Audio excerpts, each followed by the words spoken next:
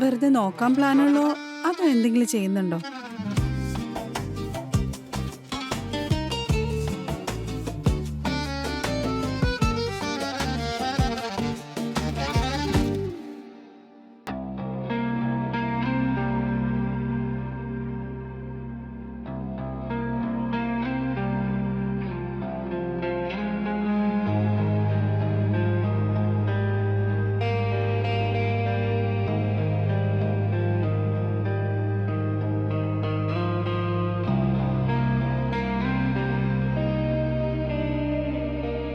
ഒരു പിടിയും കിട്ടുന്നില്ലല്ലോ. ഒറ്റ ദിവസം കൊണ്ട് ഇത്രയും തുടങ്ങിയത് മുഷിയുന്നത് എങ്ങനെയാ? 34 ഒരു 36 ഉണ്ടാവും. ഒന്ന് കൈ കിട്ടിയാലുണ്ടല്ലോ, ആ 36 ഞാൻ 38 കൊടുക്കും. അവക്കത് ഇഷ്ടപ്പെട്ടില്ല എന്ന് തോന്നുന്നു.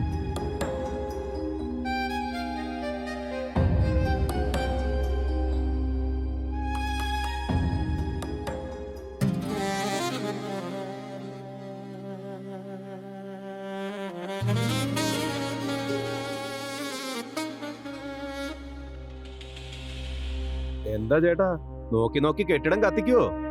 ഞാൻ പിന്നെ എന്റെ കണ്ണ് കുത്തിപ്പൊടിക്കണോ? ഇത്രയും വലിയ കെട്ടിടം കാണുമ്പോ നോക്കി പോവില്ലേ? അതെ, ഒന്ന് നിക്ക്, ഒന്ന് നിന്നേ.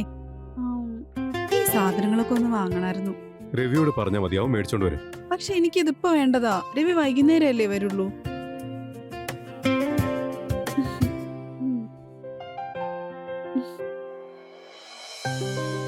ഞാൻ റെഡിയാക്കാം. ആ പിന്നെ വൈകിട്ട് വരാൻ കുറച്ച് ലേറ്റ് ആകും. നീ കാത്തിരിക്കണ്ട, നേരത്തെ കഴിച്ചോ.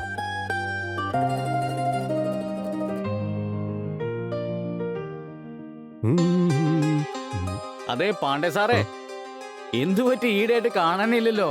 കണ്ടിട്ട് നിങ്ങൾക്ക് ഇങ്ങനെ തമാശ കളിച്ചോണ്ടിരിക്കാനായിട്ടല്ലേ? ആ. ആ പിന്നെ നിങ്ങള് ഇന്ന് ഫ്രീ അല്ലേ? ഒരു കാര്യം ചെയ്യാം. ആ എന്തെന്ന് പറഞ്ഞോ? ഈ ഒരു ലിസ്റ്റ് ഉണ്ട്, ഇതിലെ സാധനങ്ങളൊന്ന് വാങ്ങിച്ചു കൊടുക്കാവോ? ഞാൻ ഓൺലൈൻ പേയ്മെന്റ് ചെയ്തോളാം. എന്റെ പാണ്ഡെ സാറേ, പൈസയൊന്നും പ്രശ്നമല്ലെന്നേ. നിങ്ങൾ ഓടിപ്പോകാൻ പോകുന്നില്ലല്ലോ. ധൈര്യമായിട്ട് പൊക്കോ, ഞാൻ ഏറ്റു. പൊക്കോ. താങ്ക് യു കേട്ടോ. ആ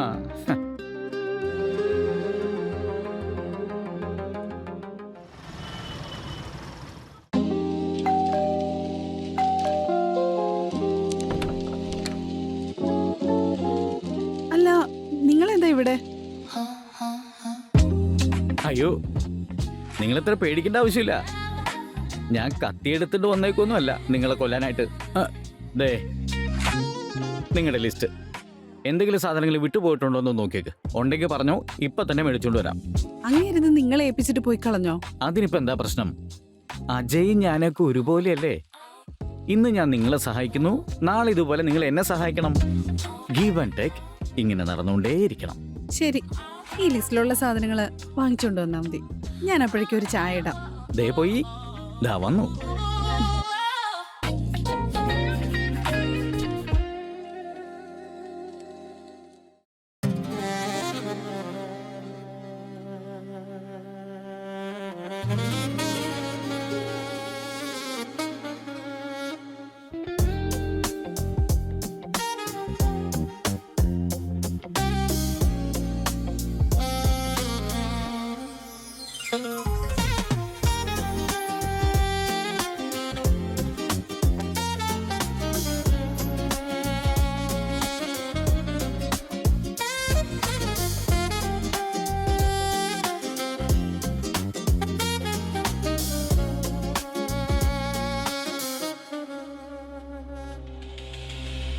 ഏട്ടത്തി എന്നോട് ക്ഷമിക്കണം.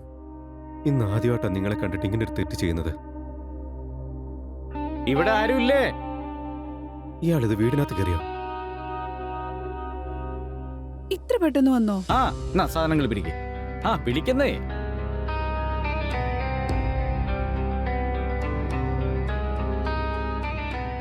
അതെ, എനിക്കൊന്ന് മുള്ളണം. ബാത്റൂം എവിടെയാ? ബാത്റൂം ആ സൈഡിലാ. ആ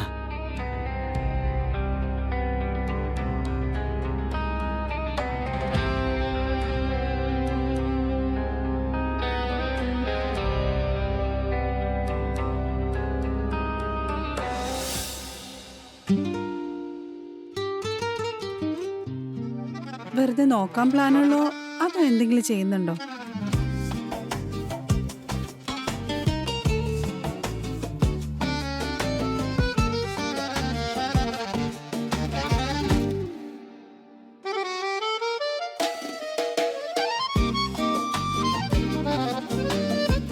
ഒരു മിനിറ്റ്. ഇതിന് ഞാൻ നിങ്ങൾക്ക് പെർമിഷൻ തരണമെങ്കിൽ നിങ്ങൾ എനിക്കൊരു പ്രോമിസ് തരണം.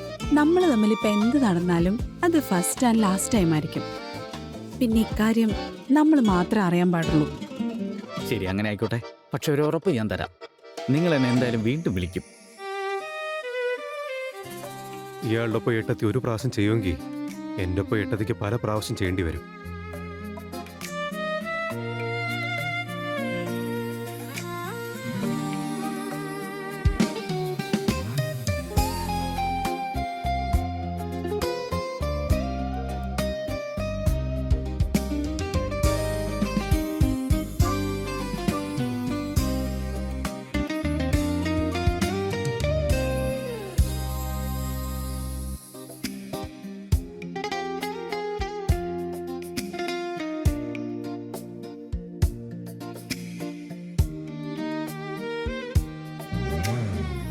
ഇന്ന് എനിക്ക് ശരിക്കും തൃപ്തിയായി.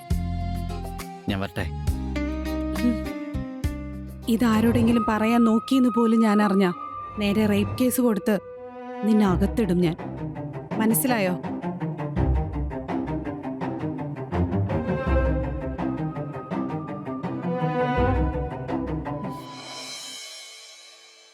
ആ അനിയ, നീ എപ്പോ വന്നു? കുറച്ചേരം ഏട്ടത്തി ഏട്ടത്തി ബിസി ആയതുകൊണ്ട് ശല്യപ്പെടുത്താതിരുന്നതാ. അപ്പം മിക്കവാറും ഇവനെല്ലാം കണ്ടിട്ടുണ്ടാവും. ആ യാദവന്റെ ഒപ്പം ഒരു അത്യാവശ്യ കാര്യം ചെയ്യാനുണ്ടായിരുന്നു. അല്ല, നീ എന്താ ഇത്ര നേരത്തെ? അതിന്ന് ലീവാണ്. ആ ശരി, എന്നാ നീ ഇരിക്കുക, ഞാൻ ഫുഡ് എടുത്തിട്ട് വരാം.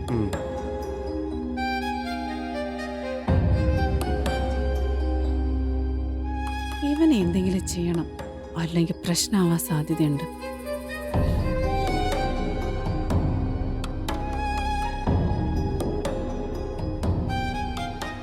ഈ പ്ലേറ്റിൽ പിടിച്ചാ മതി. മോന്റെ ഹെൽത്ത് ഒക്കെ ഓക്കെ അല്ലേ? ചെറിയൊരു തലവേദനയുണ്ട്. ആ കുഴപ്പമില്ല, എന്നാ കുറച്ച് പായസം കഴിക്കാൻ. ഏട്ടത്തി കുഴപ്പമില്ലെന്നേ. സോറി ഏട്ടത്തി, ഞാൻ വൃത്തിയാക്കിക്കോളാം. മോൻ വാ, ഞാൻ ഒന്ന് വൃത്തിയാക്കി തരാം.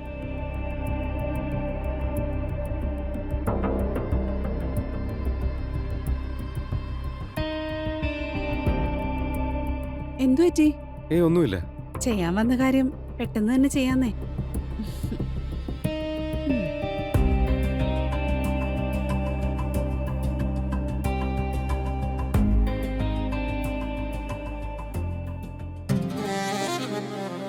ഏട്ടത്തിയോട് ഒരു കാര്യം ചോദിച്ചോട്ടെ? ചോദിക്ക. ഏട്ടത്തി ആ യാദവിന്റെ ഒപ്പം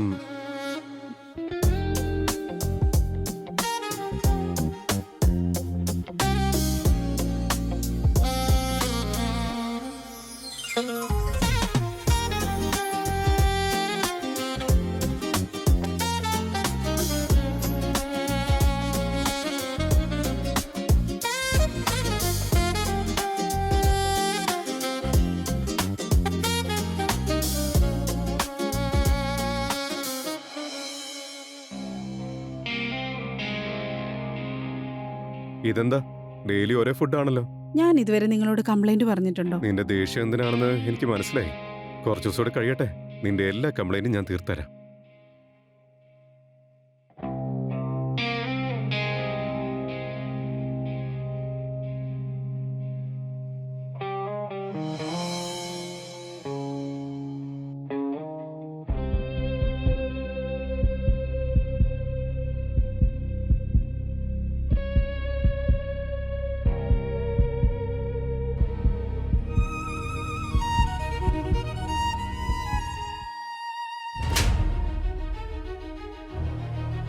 നീ ഇത്രയ്ക്ക് വൃത്തികെട്ടവനാണോടാ? നിന്റെ ഏട്ടത്തിയല്ലേ അവള്? ഛേ,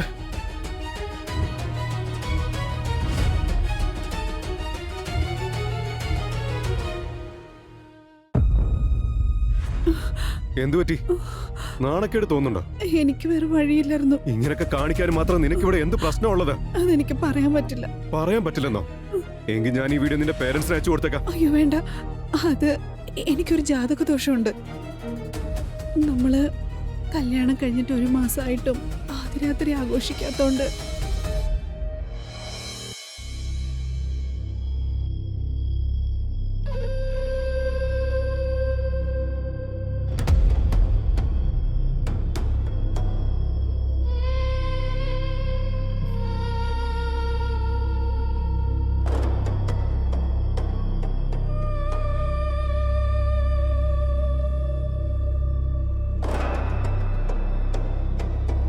എനിക്കറിയില്ലടി, എനിക്കൊന്നും മനസ്സിലാവുന്നില്ല.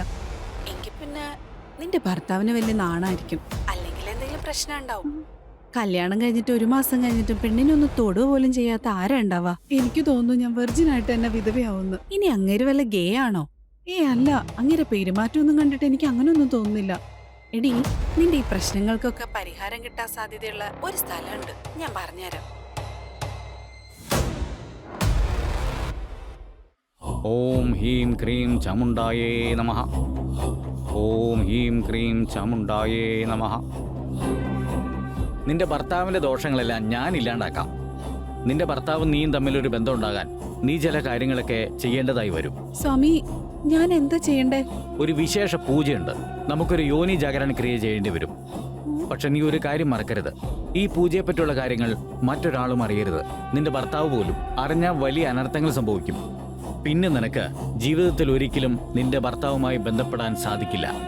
ഒരിക്കലുമില്ല സ്വാമി, ഈ പൂജയെ പറ്റിയുള്ള വിവരം ഞാൻ ഒരിക്കലും ആരോടും പറയില്ല. പോയി കുളിച്ചിട്ട് വാ.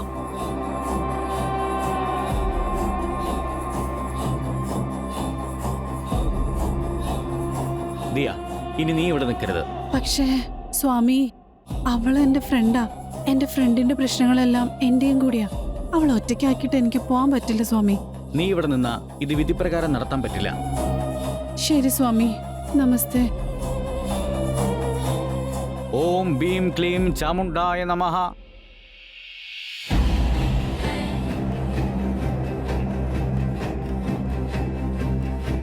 നീ കണ്ണടച്ചിട്ട് ഇവിടെ കിടന്നോളൂ.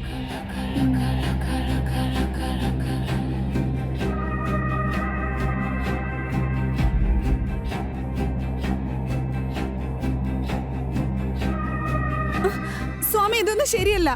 ഒരു കാര്യം പറയാം, ഈ പൂജ അങ്ങനെ ഇടയ്ക്ക് വെച്ച് മുടങ്ങിപ്പോയാ നിന്റെ ഭർത്താവ് നിന്നെ തുടർന്ന് പോയിട്ട് നിന്റെ നേരെ നോക്ക് പോലും ഇല്ല.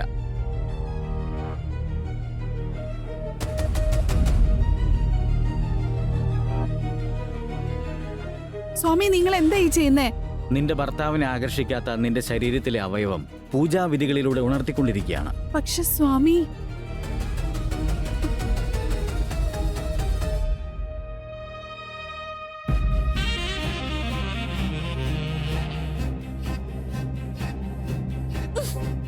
സ്വാമി, ഇതെന്തൊക്കെയായി ചെയ്യുന്നേ? നിന്റെ ജീവിതകാലം മുഴുവൻ നിനക്ക് നിന്റെ ഭർത്താവിന്റെ സ്നേഹം കിട്ടണമെന്നുണ്ടെങ്കിൽ ഈ പൂജയെ തടസ്സപ്പെടുത്താതെ പൂർണ്ണമാക്കാൻ സമ്മതിക്കണം.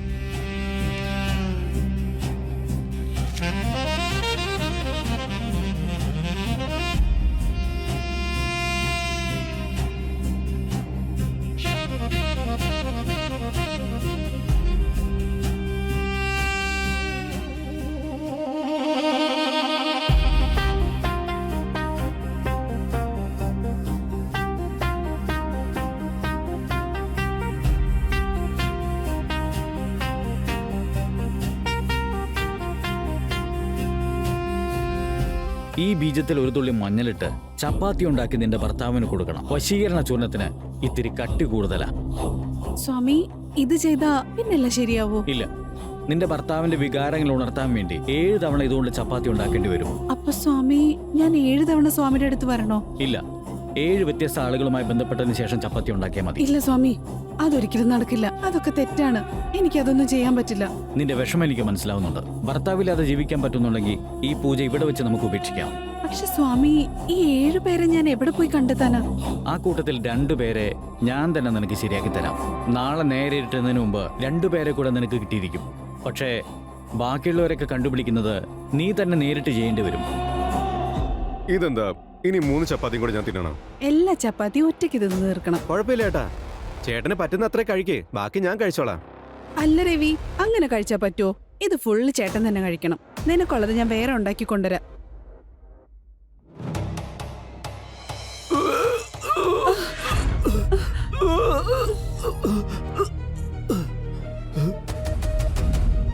അപ്പം നീ ഇത്രയും നാൾ നീ ചപ്പാത്തി ഉണ്ടാക്കി തന്നതൊക്കെ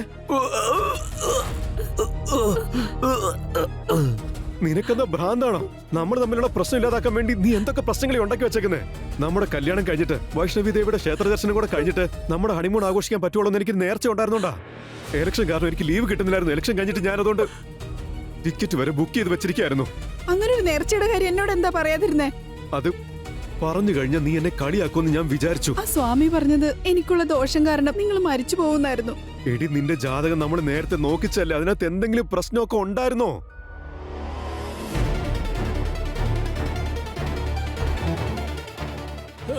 തിന്നടാ പട്ടി നിന്റെ ചപ്പാത്തി, തിന്നടാ, തിന്ന്, എഴുന്നേക്കടാ.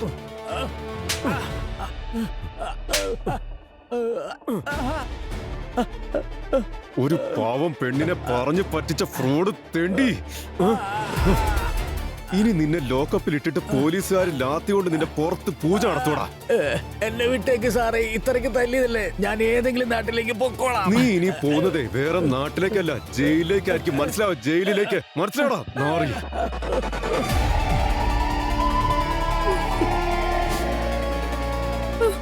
അജയ് പ്ലീസ്, എനിക്ക് മാപ്പ് തരണം. എനിക്കൊരു തെറ്റ് പറ്റിപ്പോയതാ അജയ്.